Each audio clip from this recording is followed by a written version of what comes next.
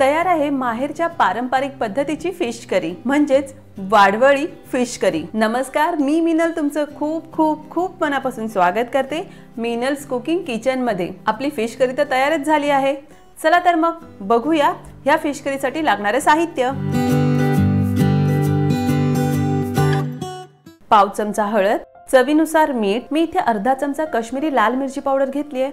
तसंच 1 चमचा आपल्या घरी जो साठवलेला लाल मसाला असतो तो घेतला आहे। तुम्ही तुमच्याकडे जो कोणता साठवणीतला लाल मसाला असेल तो घेऊ शकता। 2 मध्यम आकाराचे पापलेट होते, ते मी साफ स्वच्छ असे धुवून त्याचे असे पीसेस करून ठेवले आहेत। हे 10 पीसेस त्याचे झाले आहेत। आणि अर्थात आपल्याला लागेल फोडणीसाठी तेल। 1 मध्यम आकाराचा टोमॅटो मी कट करून घेतला आहे। 5-6 लसूण पाकळ्यांचे मी तुकडे करून घेतले आहेत, कारण की ते खूपच मोठे होते, त्यामुळे मी अशा पद्धतीने त्या कट केले आहेत। 2 इंच आलं मी बारीक कट करून घेतले आहे। 3 हिरव्या मिरच्या घेतल्या आहेत, या तिखट असतात म्हणून मी 3च घेतल्या आहेत। तुम्ही तुमच्या चवीप्रमाणे कमी जास्त करा। मी इथे कोथिंबीर घेतली आहे आणि त्याचे देठही घेतले आहेत। आणि ह्याच्या मागचं कारण की माझी आजी नेहमी सांगायची की कोथिंबीरीचे देठ हे खूपच छान चवदार असतात, वाटणात ते नेहमी घ्यायचे।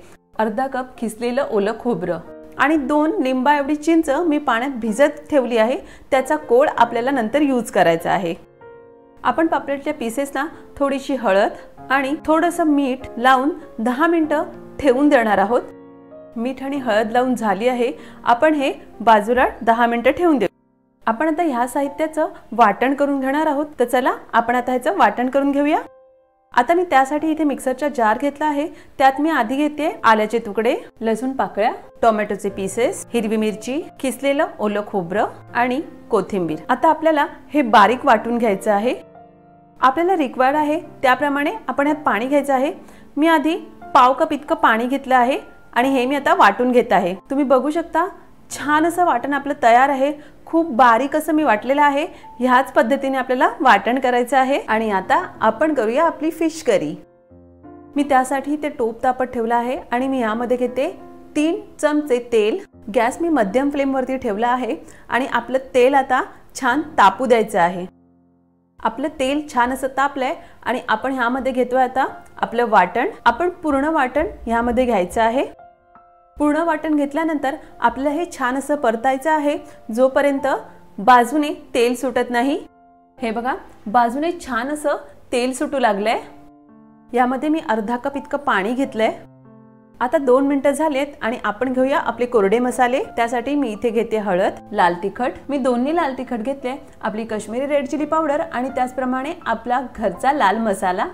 आणि आता छान हे असं मिक्स करायचं आहे। आपले मसाले छान असे मिक्स झालेले आहेत। आणि आता घ्यायचं आहे चवीनुसार मीठ आणि हेही छान असं मिक्स करायचं आहे। आता आपल्या रश्श्याला छान अशी उकळी आलेली आहे आणि ह्या स्टेजला आपल्याला घ्यायचे आहेत आपले पापलेटचे तुकडे। आता हे छान असं हलक्या हाताने मिक्स करायचं आहे। हलक्या हाताने इतक्यासाठीच कारण की पापलेटचे पीसेस किंवा कोणत्याही फिशचे पीसेस तुटण्याची शक्यता असते, म्हणून खूप असं हलक्या हाताने आपल्याला हे मिक्स करायचं आहे। साधारण 1.5 ते 2 मिनिटं आपल्याला हे असंच राहू द्यायचं आहे। आपला गॅस लो आणि मीडियम फ्लेम वरती आहे। 1.5 ते 2 मिनिटं झालेली आहेत आणि आपण आता घेतोय चिंचेचा कोळ, जी मगाशी आपण चिंच भिजत ठेवली होती त्याचाच हा कोळ आहे। आणि आता हेही छान असं मिक्स करायचं आहे। आपण पुन्हा 1 कप इतकं पाणी ऍड करतोय। जर तुम्हाला थिक रस्सा हवा असेल तर पाणी ऍड करू नका, पण मला पातळ अशी ग्रेव्ही खूप आवडते म्हणून मी त्यात पाणी मिक्स केलंय। आणि आता पुन्हा हे एक उकळी येईपर्यंत असंच ठेवायचं आहे। आपल्या रश्श्याला उकळी यायला सुरुवात झाली आहे, म्हणजे आपला रस्सा तयार आहे। हे बघा मी या पद्धतीने थोडा पातळ रस्साच प्रिफर करते, म्हणून मी पातळ ठेवला आहे। जर तुम्हाला हवं तर तुम्ही ठीकही ठेवू शकता, पण मला हा असा पातळ रस्सा खूपच आवडतो। माझ्या माहेरची पद्धत जर तुम्हाला आवडली असेल तर मिनल्स कुकिंग किचनला नक्की सबस्क्राइब करा आणि त्याचप्रमाणे बाजूच्या बेल आयकॉनलाही क्लिक करा, म्हणजे माझ्या येणाऱ्या नवीन रेसिपीजचे नोटिफिकेशन तुम्हाला सगळ्यात आधी मिळतील। मी ह्यातला एक पीस तुम्हाला दाखवते शिजलाय की नाही ते। फिश शिजायला जास्त वेळ लागत नाही, पण तरीही आपण एक पीस कट करून बघूया।